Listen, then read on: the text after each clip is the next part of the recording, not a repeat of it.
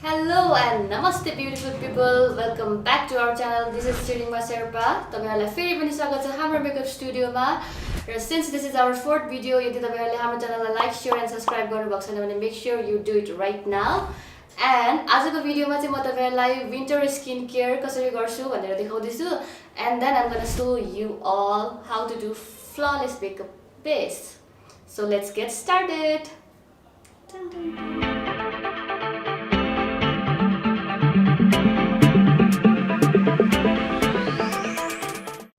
Since it is winter, तपाईहरुले skin care गर्न एकदम धेरै जरुरी हुन्छ एन्ड देन विन्टरमा हाम्रो स्किन एकदम ड्राई पनि हुन्छ सो मेकअप बस्नलाई मेकअप अब्जर्भ गर्नलाई एकदम गाह्रो हुन्छ तपाईहरुले जति मेकअप गरे पनि कति धेरै मान्छेहरुको स्किनमा चाहिँ केकी मेकअप हुन्छ मेकअप बेस मजाले बस्दैन त्यही भएर make sure you do your skin care मजाले मेकअप गर्नुभन्दा अगाडि जहिले पनि सो तपाईहरुले चाहिँ पहिला सुरुमा चाहिँ स्किन केयर गर्दाखेरि जहिले पनि फेस वाश गर्नुपर्छ so I have already done my face wash र फेस वाशको लागि चाहिँ आई हेभ युज दिस एक्नीको creamy wash face wash so यो चाहिँ एक्नी भएको स्किनको लागि राम्रो छ तपाईहरुले पनि तपाईको स्किन टाइप अनुसार तपाईको स्किनमा जे प्रब्लम छ त्यही अनुसार फेस वाश युज गर्नु होला मैले चाहिँ यो युज गरेको धेरै वर्ष नै भइसक्यो सो मेरो स्किन चाहिँ एकदम धेरै एक्नीहरु आइराको हुन्छ पहिल्यैदेखि नै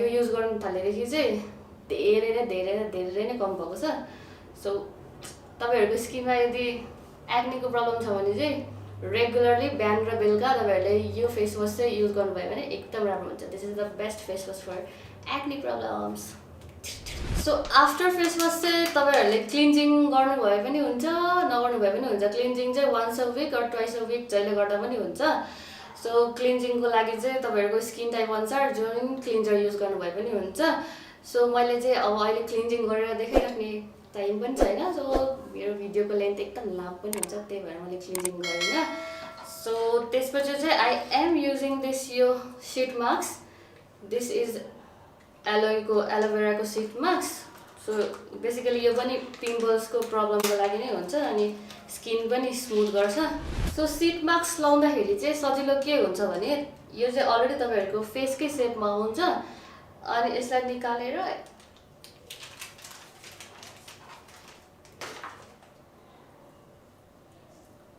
ट्याक्क यसरी फेसको शेपमा राख्दिने सो अहिले चाहिँ म भूत जस्तो देखिरहेको छु यो शीट मास्क राखिसकेपछि चाहिँ तपाईको फिङ्गर टिप्सले यसलाई 2-3 सेकेन्डसम्म ब्लेन्ड गरिदिने gently massage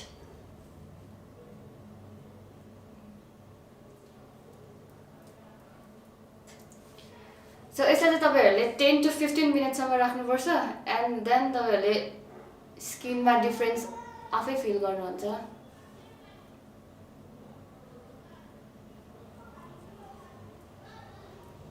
So I am done with my sheet mask र एकदम धेरै कुल अनि मोइस्चराइज अनि एकदम हाइड्रेटेड फिल हुन्छ तपाईहरुलाई भने ट्राई गर्नुभयो भने सो यो पछि तपाईहरुले स्किन केयरको लागि बेसिकली के चाहिन्छ भने रोज वाटर और टोनर दुईटामा जुन लाउनु भयो पनि हुन्छ म चाहिँ अहिलेसम्म युज गरेको छैन त्यही भएर गर्दिन पनि So after that you have to use your moisturizer all over the face for hydration. Flawless makeup base को लागि चाहिँ तपाईहरुको स्किन चाहिँ एकदम हाइड्रेटेड हुन जरुरी छ that's why moisturizer सबै मजाले जेन्टली फुल फेसमा लाउनु होला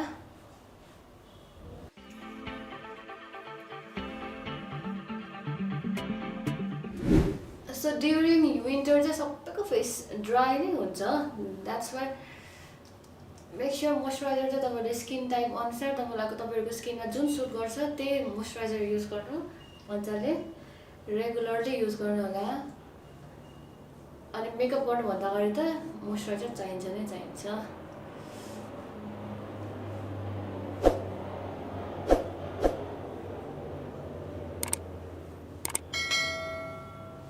So guys, I am done with my skin preparation. Now अब चाहिँ I'm gonna use my base. So फाउन्डेसनको लागि चाहिँ make sure you use liquid अनि डिवी प्रोडक्ट्सहरू नै जहिले पनि. So I am using this यो फिटमीकै डिवी स्मुथ फाउन्डेसन. सो यसलाई चाहिँ म आफ्नो फिङ्गर टिप्सले नै अल ओभर द फेसमा जेन्टली ब्लेन्ड गर्छु. And then I'm gonna go with my blender to blend it.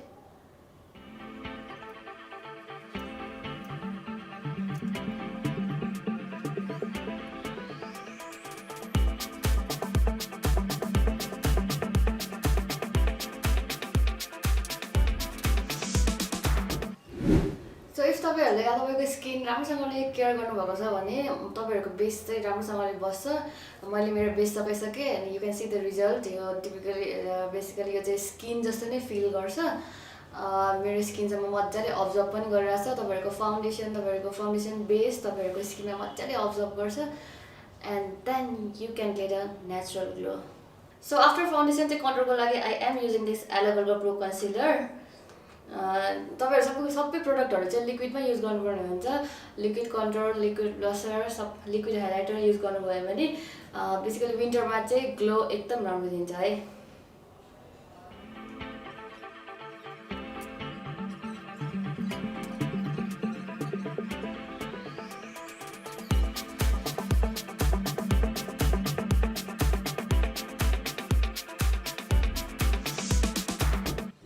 So ब्लसरको लागि चाहिँ I am using my lipstick as a blusher. किनभने मेरो ब्लसर सकिरहेको छ अनि म ब्लसर किन्न जाने भनेर सोचिरहेको थिएँ तर भ्याउँदै भएन. द्याट्स वाइ आजको लागि चाहिँ I am using my lipstick as my blusher.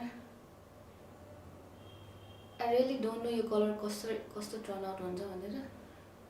Let's try it.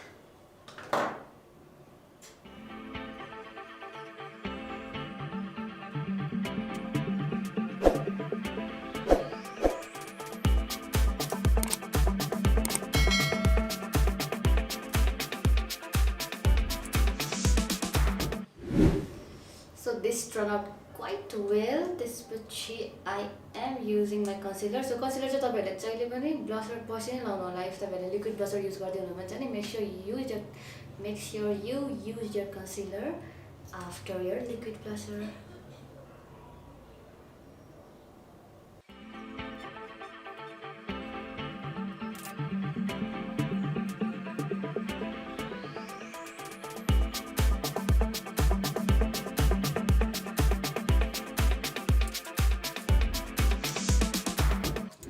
So guys, I am done with my base.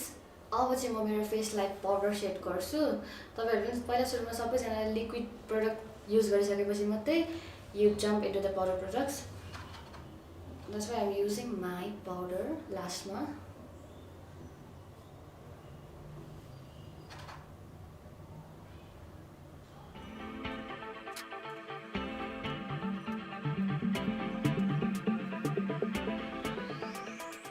So guys, I am done with my eye makeup and eyebrows behind the camera. So अब चाहिँ म highlighter लाउँछु फुल फेसमा. तपाईहरुसँग liquid highlighter छ भने liquid highlighter लाउँदा चाहिँ झन् राम्रो हुन्छ. But I'm using this यो मेरो जुन चाहिँ त्यही हाइलाइटरै युज गर्दैछु. So मेरो स्किन अझै ग्लोवी एन्ड नाइस देखोस् भनेर. So last but not the least, अब चाहिँ lip liner.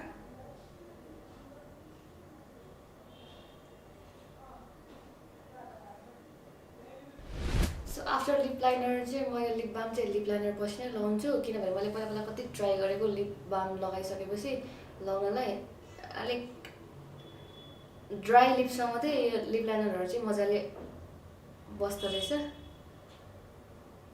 This feels like lipstick. Lipstick लगाएको जस्तै already देखिरहेछ. नचिक्कै.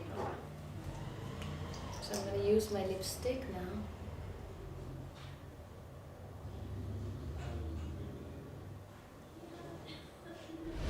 So I am done with my lipstick and अब चाहिँ लास्टमा यो dewy setting spray. कता गयो?